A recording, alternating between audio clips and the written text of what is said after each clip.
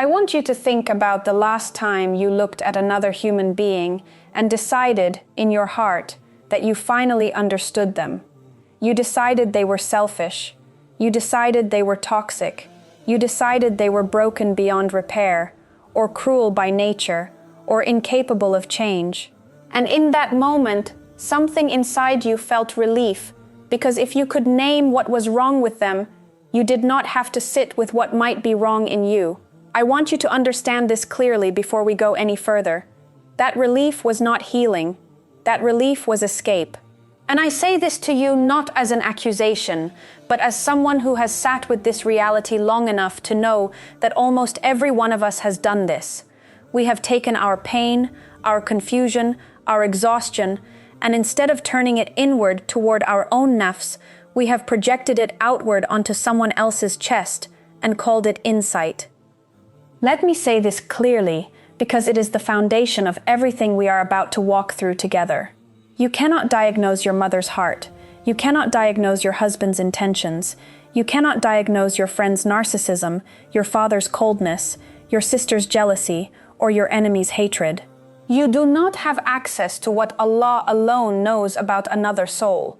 What you do have access to, what you are commanded to examine, what you will be asked about on the day when every secret is exposed, is yourself.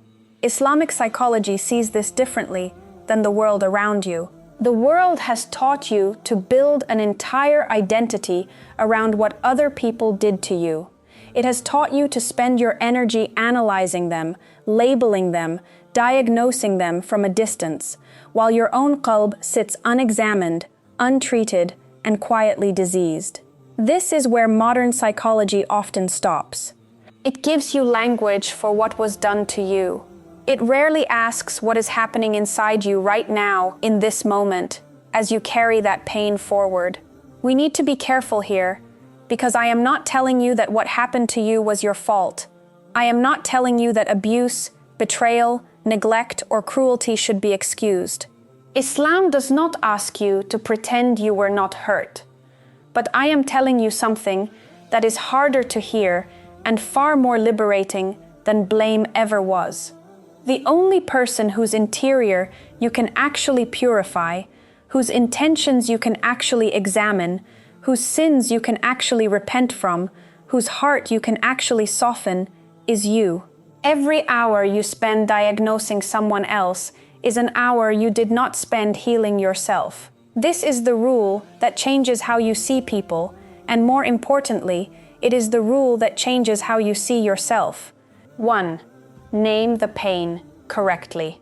Before we can walk this path together, I need you to be honest about what is actually happening inside you when you find yourself constantly diagnosing other people, because underneath that habit, there is a real wound, and I do not want to skip past it the way so much content online does. The pain is this: you have been hurt by someone, or by many people, and you never received an apology that matched the size of what you lost. You never got the acknowledgement you needed. You never heard the words that would have let your heart rest. So your mind did something very human. It began building a case. It began collecting evidence. It began constructing a diagnosis of the person who hurt you. Because if you could prove with certainty that they were disordered, cruel, or incapable of love, then their behavior would finally make sense, and your pain would finally have a clear cause. I want you to sit with that for a moment, because this is not a small thing. This is one of the most common hidden wounds among Muslims today, and it rarely gets named directly. You are not obsessed with other people's flaws because you are a bad person. You are obsessed with other people's flaws because your nafs is searching for an explanation that will finally quiet the ache of not being understood, not being protected, not being chosen the way you deserve to be chosen. The Quran speaks to hearts that grieve, hearts that fear, hearts that carry burdens too heavy to name out loud. Allah does not ask you to minimize your pain, but Islam also refuses to let that pain become your permanent identity. And this is the part that modern self-help culture often gets wrong. It tells you to fully embrace your wound as who you are. Islam tells you something more demanding and more merciful at the same time. Your wound is real, but it is not your final name. Let me be specific, because vague comfort does not heal anything. If you were raised by a parent who never validated your feelings, the pain you carry is not simply sadness.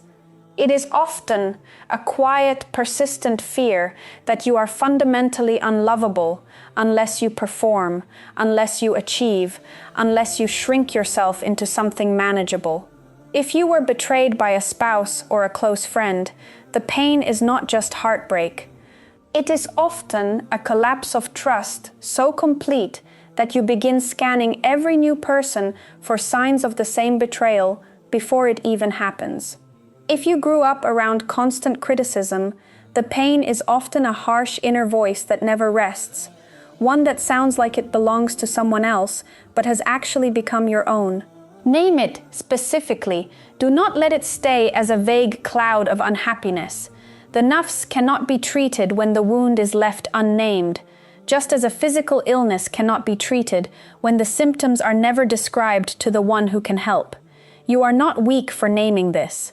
You are finally being honest, and honesty with yourself is the first act of worship in this entire process, because it is the beginning of muhasabah, the sincere accounting of the soul that every serious traveler on this path must eventually undertake.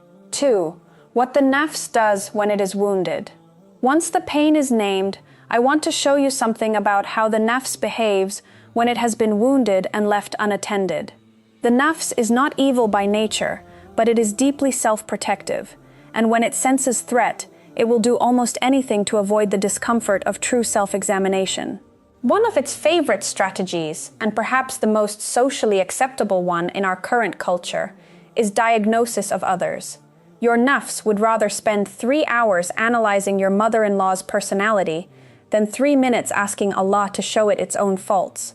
This is not because you are uniquely flawed. This is because the nafs al-ammara, the soul that commands toward ease and self-interest, will always choose the path that protects its own image over the path that humbles it. Watch how this plays out. When someone hurts you, the wounded nafs often reaches for control. It tells you that if you can just understand this person completely, predict their next move, categorize their behavior into a neat psychological label, you will finally be safe from being hurt by them again. This feels like wisdom. It often is not. It is fear wearing the costume of insight. Other times, the wounded nafs reaches for comparison. It tells you to measure your suffering against someone else's cruelty, so that you can feel justified in your anger, your coldness, your withdrawal. Still other times, the nafs reaches for self-pity, convincing you that because you were wronged, you are permanently exempt from the responsibility of managing your own character, your own tongue, your own reactions. I want you to notice how natural all of this feels, because that is exactly the danger. The nafs al-ammara does not announce itself with obvious evil. It disguises itself as reasonable self-defense. There is a second internal voice that Islamic psychology describes, and this is the nafs al-lawama, the reproaching soul, the one that interrupts you in the middle of your justified anger and quietly asks, "But what about your own heart right now?" This voice is uncomfortable. It does not let you rest fully in the role of the victim, even when you truly were wronged. It asks harder questions. Did your bitterness just now cross into something you will need to repent for? Did your analysis of that person's flaws just become a form of backbiting in your own mind, if not on your tongue? This voice is not your enemy. This voice is mercy, because it keeps a door open between you and Allah even while you are hurting. The nafs al-ammara wants to close that door and let you live comfortably inside your grievance. The nafs al-lawama keeps knocking, keeps reminding you that accountability did not end just because you were the one who suffered first. Learning to hear that second voice without letting it collapse into self-hatred is one of the quiet disciplines of a healthy inner life. 3. How the qalb becomes covered. Now I want to take you deeper, past the nafs, into the qalb itself, because this is where the real damage of unexamined pain settles over time. The heart, in the Islamic tradition, is not simply an emotional organ. It is described as the seat of perception, the place where truth is either received or rejected, the place that can be sound and radiant, or sick and darkened, depending on what it is fed and what it is allowed to carry. When you spend years diagnosing others instead of purifying yourself, something happens to the qalb that is subtle at first and devastating later. It becomes covered. I am not saying your heart is destroyed. I want to be very clear about that, because so many people carrying spiritual and emotional pain already believe they are beyond repair, and that belief itself becomes another veil. The heart is not destroyed.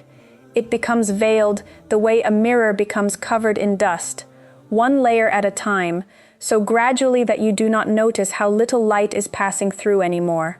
Resentment held for years lays down a layer. Constant judgment of others lays down another. Unrepented anger, unexamined envy, the quiet satisfaction you feel when someone who hurt you finally faces difficulty, these all settle onto the qalb like dust settles onto glass. None of it happens all at once. That is precisely why it is so dangerous. You do not wake up one day and decide to harden your heart. You simply keep avoiding the mirror, day after day, until the reflection you would have seen is no longer visible at all. Scholars of the inner life, among them Imam al-Ghazali, wrote extensively about this process, describing the heart as something that can become rusted through heedlessness and sin, the way metal rusts through neglect and exposure. And just as that rust can be polished away through remembrance and repentance, so too can the heart be restored, though it takes real effort and real time. Ibn al-Qayyim wrote about the diseases of the heart in a similar way, describing conditions like envy, arrogance, attachment to this world, and heedlessness as illnesses with symptoms, causes, and treatments, not unlike physical disease, requiring diagnosis and a disciplined course of healing rather than denial. I mention this not to overwhelm you with names, but so you understand that what you are feeling, this heaviness, this numbness, this strange distance from your own salah, even when you are physically performing it, this is not new. Generations of Muslims before you experienced this exact covering of the heart, and generations of scholars devoted their lives to mapping the way back out of it. Here is what I want you to notice about your own condition right now, honestly, without shame. Do you feel distracted the moment you begin your salah, your mind immediately racing to the person who wronged you? Do you feel a strange heaviness during dhikr, as though the words are passing through your mouth but never reaching anywhere deeper? Do you feel emotionally numb in situations that used to move you, or defensive the instant anyone offers you gentle correction? These are not signs that you have failed as a Muslim. They are signs that your qalb has been carrying weight it was never designed to carry alone, weight that has not yet been brought honestly before Allah. The heart is not covered because you are unworthy. It is covered because it has been neglected, and neglect, unlike destruction, can always be reversed. 4. Why modern advice often feels incomplete. I want to be fair here, because I am not interested in tearing down every tool that has genuinely helped people. Modern psychology has given language to real suffering. It has named patterns like codependency, trauma responses, attachment wounds, and cognitive distortions in ways that have helped countless people, including many Muslims, finally understand what they were experiencing. If therapy, in a form that does not contradict your deen, has helped you function, communicate, or regulate your emotions, that is not something to dismiss. Islam does not require you to reject every insight that did not originate from a Muslim source. Wisdom, as it has been said, is the lost property of the believer, to be taken wherever it is found and used in service of the truth. But I want you to notice something, because I think you already sense it, even if you have not put words to it. You can sit in a therapy session, name every pattern correctly, understand your attachment style with perfect clarity, and still walk out feeling strangely empty. Still lie awake at night with the same ache you walked in with. Modern psychology may name the wound with remarkable precision, but Islamic psychology asks a question that most modern frameworks are not equipped to ask at all. It asks what happened to the soul. It asks where Allah fits into this pain. It asks what this suffering is meant to purify in you, what it is meant to detach you from, what it is meant to return you to. Without that dimension, healing can feel like rearranging furniture in a room that still has no roof. This is where modern advice often stops short, not because it is wrong, but because it was never designed to go that far. Secular frameworks can help you understand your childhood, your triggers, your nervous system. They were not built to answer why you are here, what your suffering is for, what happens to your soul after this life ends, or how the covering on your heart relates to your standing before your Creator. Islamic psychology does not replace these tools where they are genuinely useful. It completes what they leave unfinished. It adds accountability where modern frameworks sometimes only offer validation. It adds meaning where modern frameworks sometimes only offer coping mechanisms. It adds the unseen, the akhirah, the reality of Allah's mercy and justice, into a picture that would otherwise remain permanently incomplete. This is the honest difference, and I want you to hold both truths at once. Useful tools exist outside of Islamic tradition, and still, your soul was never going to be fully healed by tools that were never designed to reach it. 5. The Islamic path of inner healing. Now let me give you something practical, because understanding your condition without a path forward will only leave you more discouraged. The Islamic path of inner healing begins with Tawbah, and I want you to understand Tawbah correctly, because many people misunderstand it as only relevant to obvious sins. Tawbah is a turning, a returning, and it applies just as much to the resentment you have been nursing, the judgment you have been silently passing on others, the hours you have spent diagnosing people instead of examining yourself. Begin there. Turn back to Allah honestly about the state of your own heart, not with despair, but with the quiet relief of finally putting something down that you were never meant to carry alone.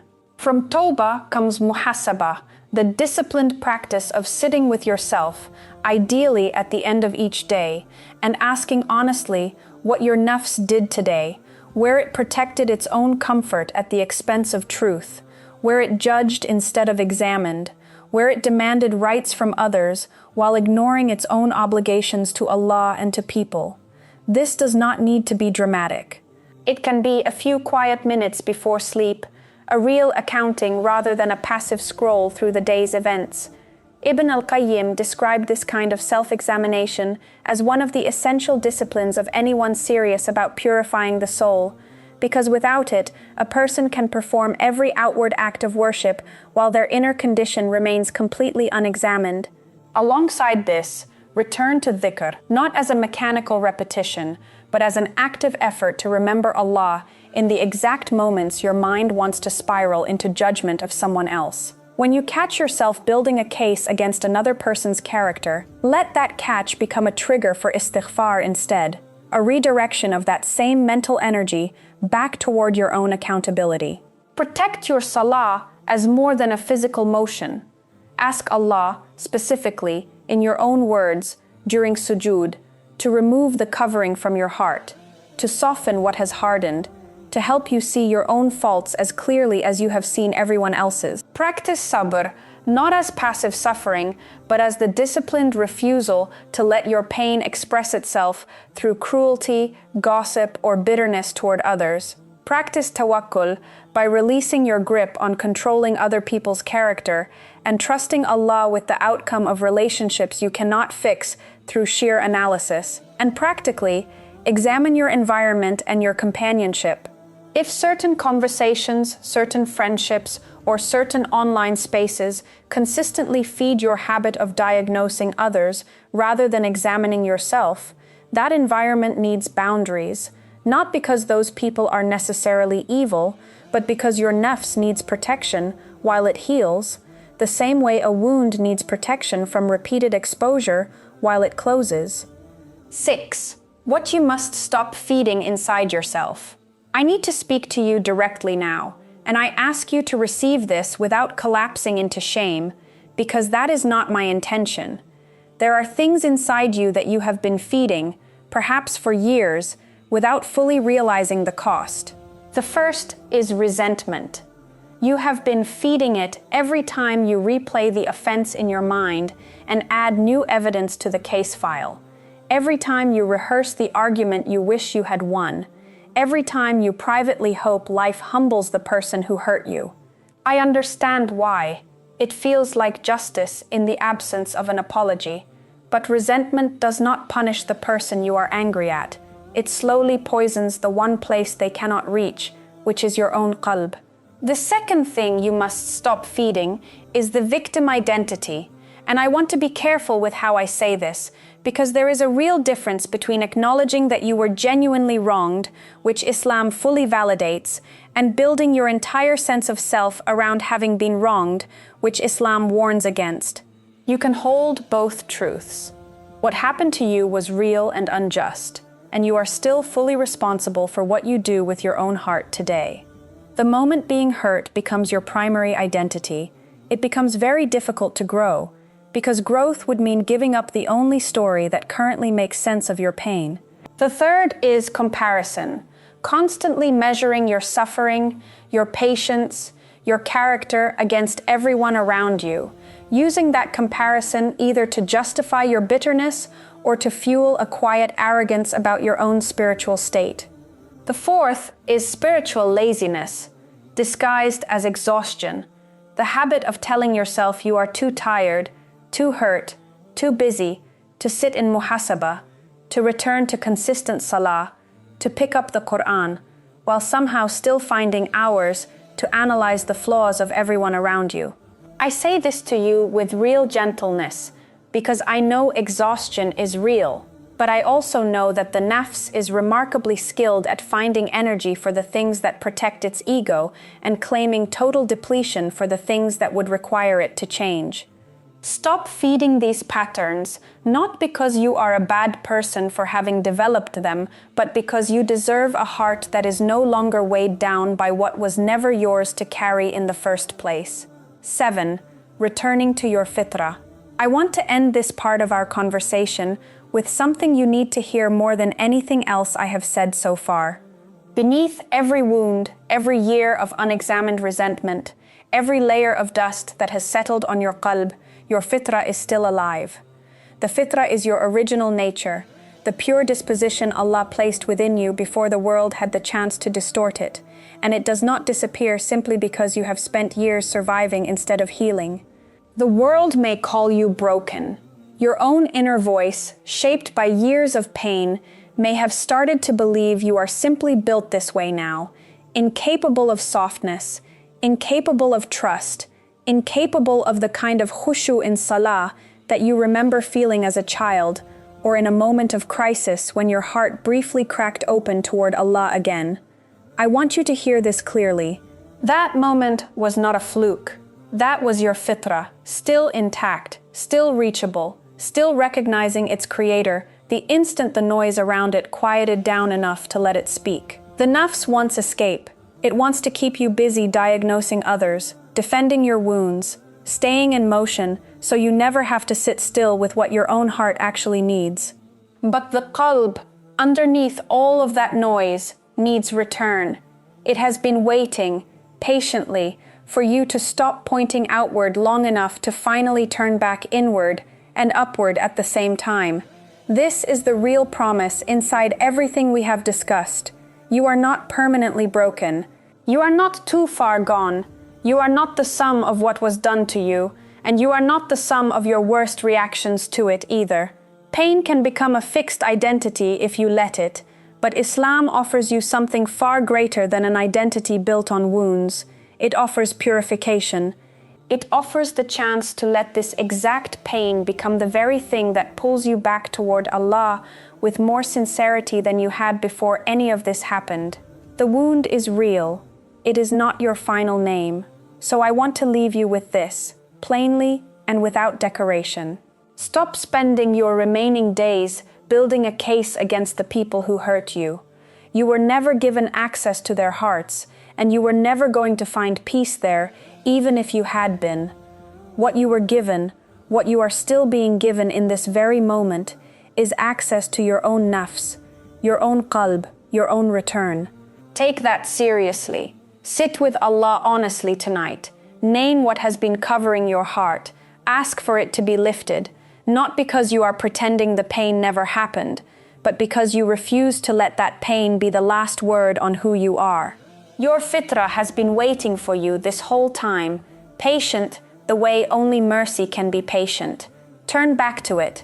Turn back to Allah. This is where the healing of the nafs truly begins, and by His mercy, it is never too late to start.